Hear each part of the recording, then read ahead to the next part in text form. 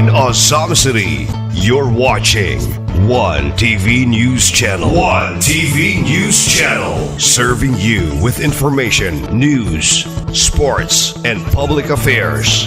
One TV News Channel. One TV News Channel.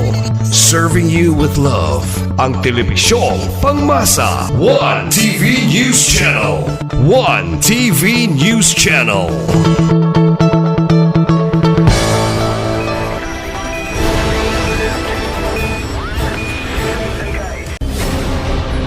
One TV special report.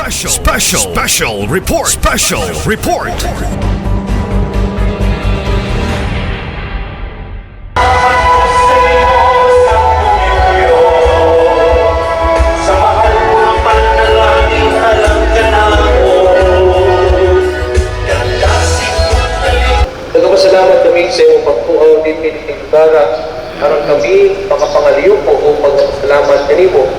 Nangamuyo kami sa imong palabaw ug nagdagi kami sa among pagpangita sa dalan panulong kanimo sa among pagtustok sa pagpuntahan sa kaluoy. Magpuyo-unta kami diha sa bukos nga pagtuo ug pagsilbing panikinggan sa mga nasod nga nagpalibot kanamo. Viva Señor Santo Niño! Viva!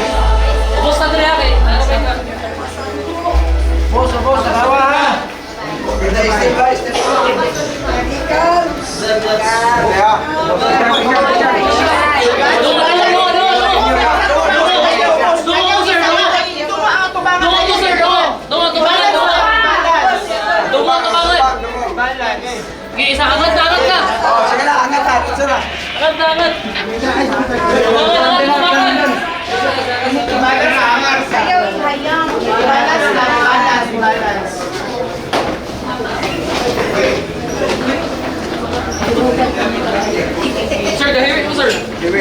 Balance lang ha, balance. Bastar na. Balance lang yun. Tuwan. Ay, sa kami. Kumbang.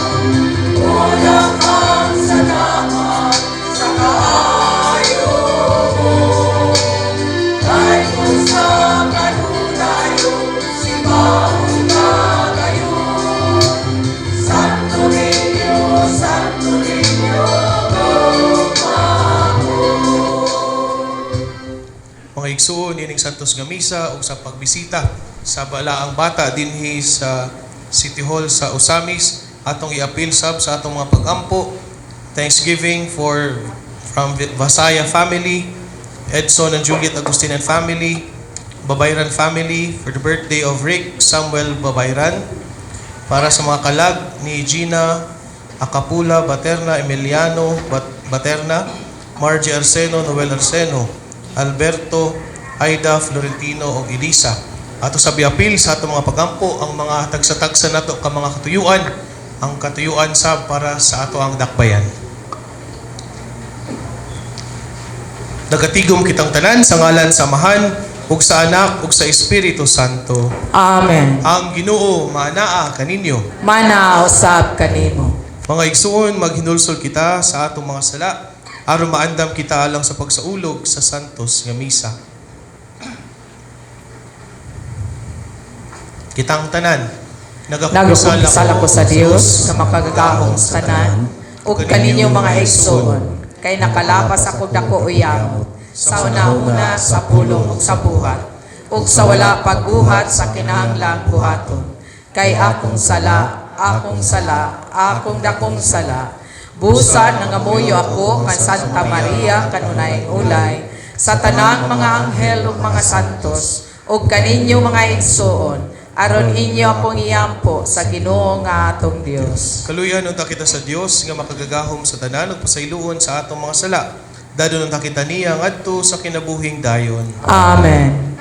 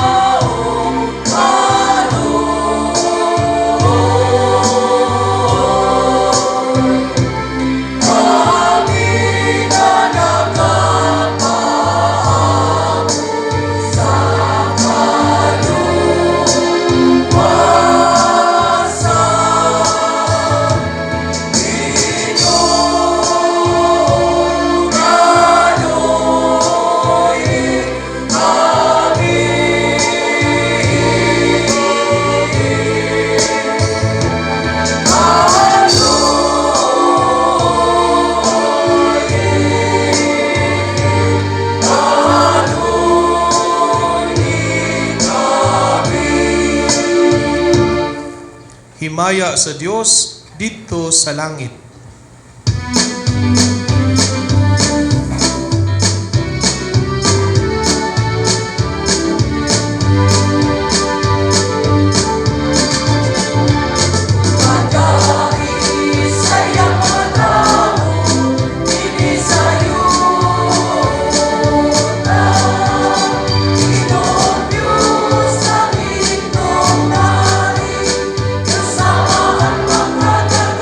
Sa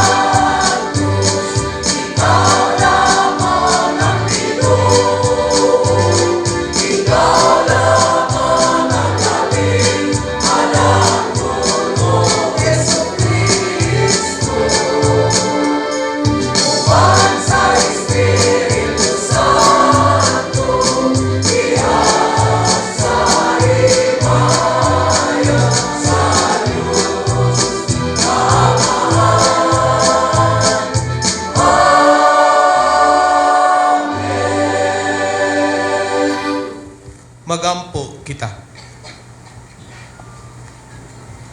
Amahan nga anaa sa mga langit, ilhon unta namo nga Dios ang imong bugtong anak, bisan diha sa kaubos sa iyang kinaiya nga tawhanon.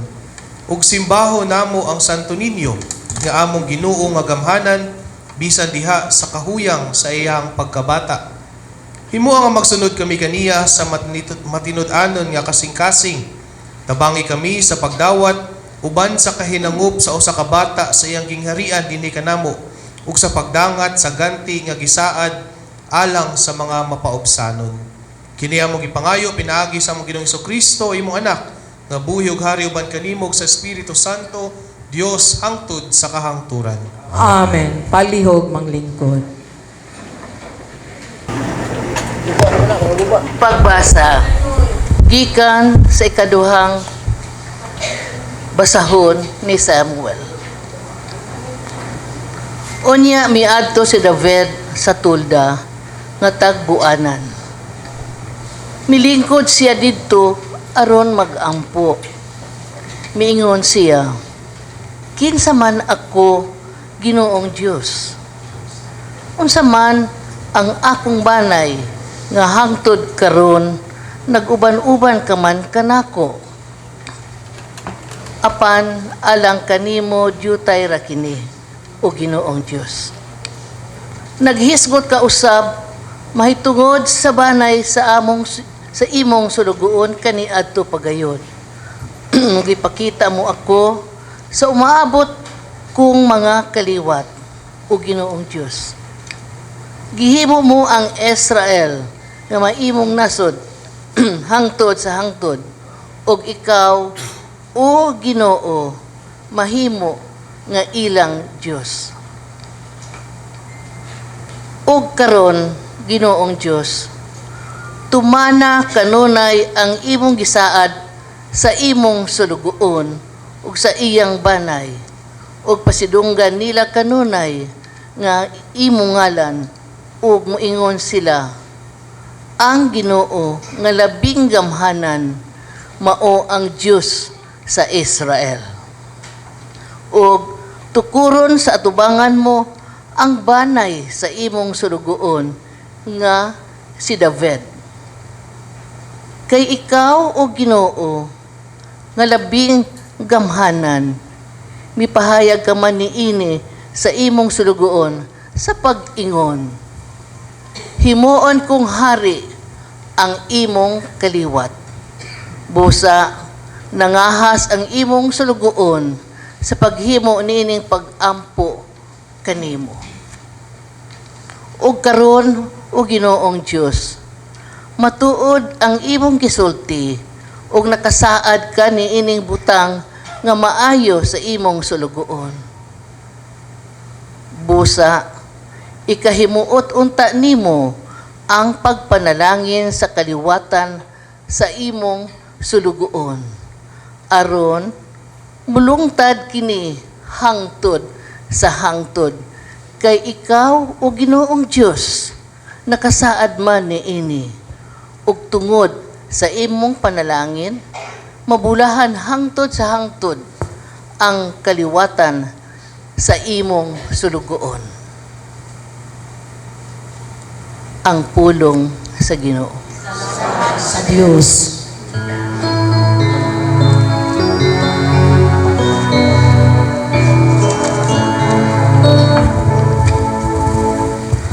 Ang Diyos maghatag kaniya sa trono ni David iyang amahan. Ang Diyos maghatag kaniya sa trono ni David iyang inumdumi o Ginoo si David ug ang tanan niyang kabalaka giunsa niya pagpanumpa sa Ginoo pagsaad sa gamhanan ni ako. Ang Diyos maghatag kaniya sa trono ni David, iyang ama. Dili ako musulod sa balay nga akong gipuyan, ni muhigda sa igdanan, di na ko magkatulganan. Dili ko patagpilaw ng akong mga mata, ni papahulayon ko ang akong tabon-tabon. Hangtod kapangitaan ko na ang akong Ginoo, usa ka puloy-anan alang sa gamhanan ni ako. Ang Diyos maghatag kaniya sa trono ni David, iyang ang Ginoo nanumpa kang David, usa ka maligong saad nga dili niya bakwiyon. Palingkuron ko sa imong trono, palingkuron ko sa imong trono, ang imong kaugalingong anak. Ang Diyos maghatag kaniya sa trono ni David, iyang amahan. Kung ang imong mga anak magamping sa akong kasabutan, ug sa mga kasuguan nga akong itudlo kanila. Ang ila usap nga mga anak hangtod sa kahangturan, mulingkod sa imong trono. Ang Diyos maghatag kaniya sa trono ni David, iyang amahan. Kayang Ginoo nagpili sa Sion, gipalabi siya alang sa iyang puloy-anan. Kayang Sion mao'y akong paluyanan sa kahangturan. Diha kaniya magpuyo ako, kay gipalabi ko siya. Ang Diyos maghatag kaniya sa trono ni David, iyang amahan.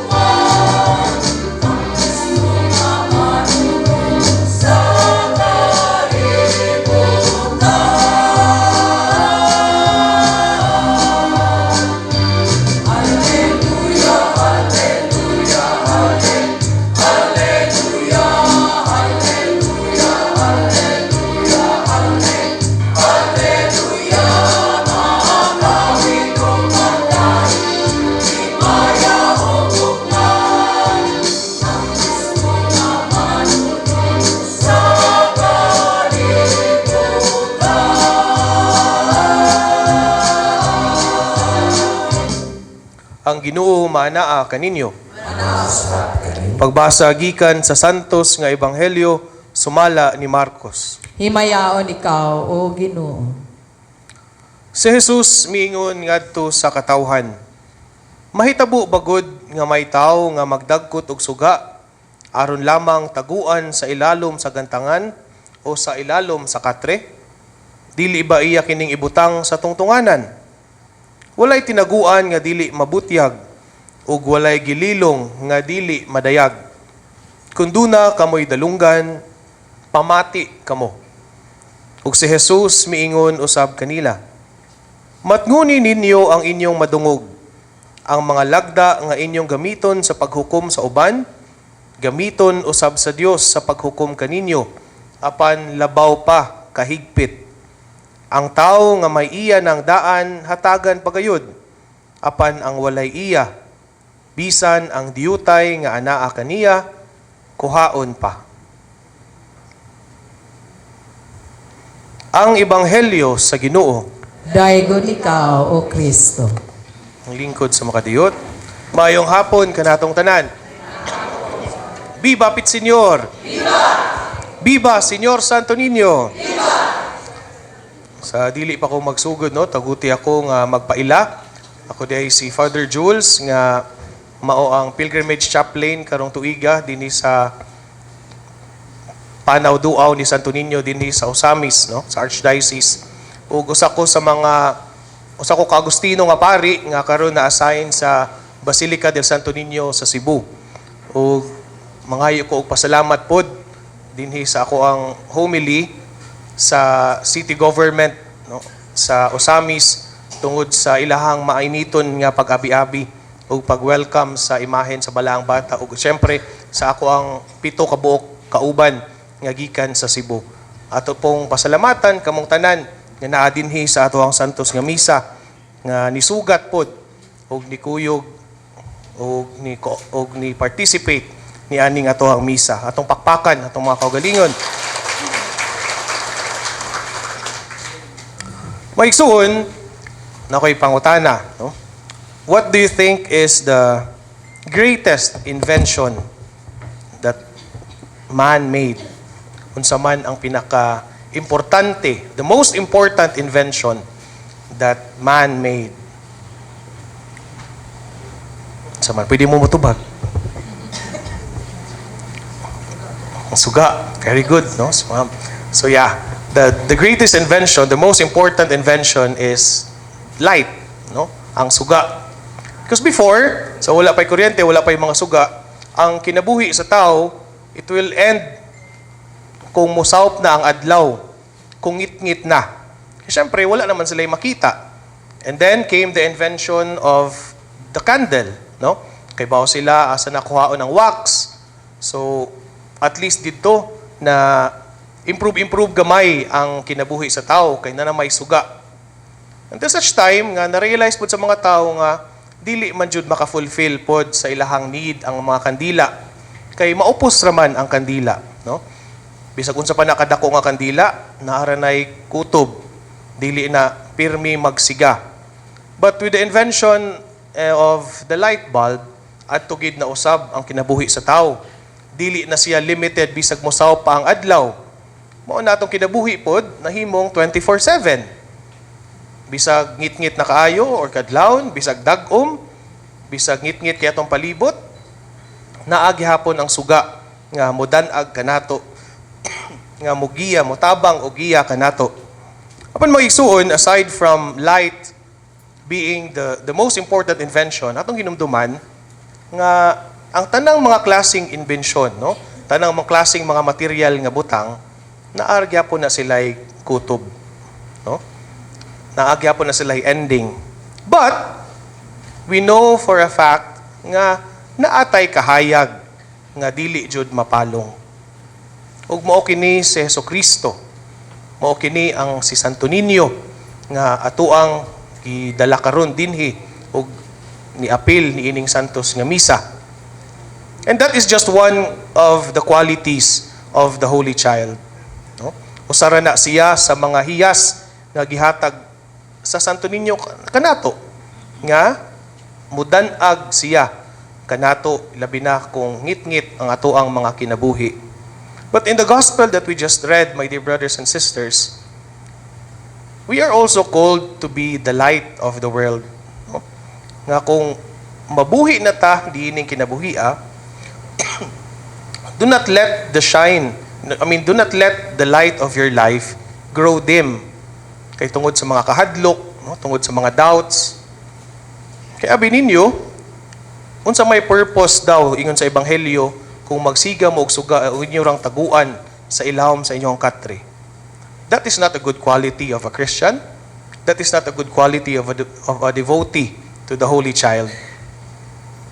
So we are encouraged, all of us, kitang tanan, no? Nga unta, kung tagaan ta sa Ginoo og kahayag, tagaan ta niya og paglaom, tagaan ta niya og kakusog, no? Para to survive each day, we should also learn to share this.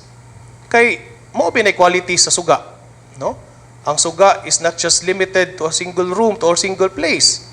Kung mabutang kag poste, dako na kay na siya dako na kay maabtan sa iyahang kahayag. Just like us, no? Hinaut unta pod as devotees of the Holy Child, kita nga nisugat sa balaang bata, kita nga mainiton kaayo nga nisugat sa balaang bata, kita nga niining santos nga misa, we should also put in mind, my dear brothers and sisters, nga kung makakita pod ang ubang tao kanato, dapat makakita unta pod sila kahayag. Dili kahayag nga mamatay na sila, no? Kay mo ba na ato ang usual nga implication basta na ay kahayag, no? Labi na lang ka ng mga maospital, siya nga hapit na ba ako kuhaa sa kahayag. So dili nga nga klase sa kahayag. Kahayag nga kung makitaan kanila, makakita sila og paglaom. And this is also a challenge to our government officials, to our employees here in the City Hall. Nga unta, inigakita sa mga tao ninyo sa inyong ginsakupan that they would see hope in you. Na dili unta sila makakita og naong nga ilahang kalagutan. But this is not just limited as well to our officials, but also to our employees, no? Bisag yano ra ka nga staff dinhi sa City Hall, dapat ingon ana lang gihapon. Because kasagaran gibi ang mga reklamo sa mga ginsakupan, no? Kanang mga maldito ug maldita nga mga nag-alagad sa syudad. Nga sayo pa gani sa buntag, bago pa lang gani nag-open ang ilahang office, pangutan-an lag usa ka pangutana, masuko dayon. Nga mura bag galukdo na siya sa ilahang balay pag ari niya sa City Hall. So please, no? This is a call for all of us for renewal. And aside from this, my dear brothers and sisters, nga kay ang kanimang gong ingani nga batasan, this is also translated to humility. Okay, leadership is not about nanadyo ka sa pedestal, no? Nanadyo ka sa tower, nga dili na ka pwede makabot sa uban. Leadership calls for humility. Mao sabihan na usa sa mga gasa ni Santo Niño, that is one of the traits of if you call yourself a devotee of the Holy Child. Itanawa sa Jesus. Gamay, yano. Pero unsa may ang gibuhat, nagpakiduol gihapon siya kanatong tanan. Because without humility, my dear brothers and sisters, lisod kaayo ang cooperation. Without humility, mura jud wala tay mahuman o wala tay ma-achieve nga buluhaton. Okay, mo na nga bahala na sila, no? Anong kusog man kini sila manugo nako. Ilaha man ang trabaho, magpasapasahay dayon, no? ilaha man ng katungdangan, dili na that's beyond our payload. Ana dayon, no? I mean, that's beyond our payroll. So sila na lang ana, no? Kana bitong grabe kayo kagarbuso. That's why na ako hinumduman nga storya, actually nadungog ra po din ako dito sa Cebu, no? Kana ako nay managtiayon nga nagtrabaho dinhi sa City Hall sa Osamis. Nya kani silang duha, gusto nila mo apil unta og misa de Gallo last year, no, sa December dito sa Kota Shrine. Nabay misa de Gallo sa Kota Shrine? Na, no? Unsa man oras ang misa? 4:30, no? So karon, a night before sa first day sa Misa de Gallo, nag-away ni kining managtiayon. Kay lagi stress kuno kay sila sa trabaho sa City Hall. Kay wa pa kuno nabot ilang 13th month, no? So, ang asawa dito man assign sa accounting. Yang ang kaning bana, amot lang asa to siya na-assign. Sige naman siya gingon nga, asa naman niya ang 13th month, no? Hapit naman ang Pasko. Anong wala pa man ni release. So, siyempre, ang asawa, sige siya kadungog, napungkot po siya. No? Naglago po siya nga, kakuan ba ni mo nga nung excited makay ka ng 13th month, no? Nga moabot ra maginabi sa kunsaon. Wala pa lang napirmahe siguro ni mayor, no? Ni vice mayor, sa mga konsehal, etc. etc. So sa manitabo, wa sila nagtingog. So karon kay lagi gusto nila nga mosimba sa Misa de Gallo sa may gibuhat. Ang bana, iyang gisuwat sa papel, no? Siya palihog og pukaw nako og alas 4. Kay mosimba ko sa kota para sa Misa de Gallo. So karon, natuog na silang duha, wa gyapon sila tingganay. Pagkaugma, nakamata naman ang bana og alas 6 sa buntag. So wala na yung Misa de Gallo, no? So perti niyang laguta. So dili na sa tungod sa 13th month iyang kalagot, no? Tungod na kay sa unang adlaw pa lang sa Misa de Gallo, absent na siya. No? Dili na niya makompleto. So pinangita niya iyang asawa, wala man niya nakit-i. Ingon niyang anak nga ni duty na pa, no? Kay ga-process sa imong 13th month. Mao tay iyang sulti. So tungod sa iyang kalagot, no? Wa na siya nabuhat, o pagbalik niya dito sa higdaanan, kita siya papil dito sa unlan dapit. Ba mo say nakasuwat sa unlan, nang dito bangon na alas 4 na. So wala siya pukawa, wala sila tingganay, no? So, bao na mga igsuon ang nakabati kung if we don't show others the gift of humility, no? Nga kusugay ta mo simba, and every time we go to Mass, always remember nga it's an act of humility man jud. Kay mao ba yan ang pagkamatay ni Kristo, no? Ginoo siya pero nagpakamatay siya para kanatong tanan.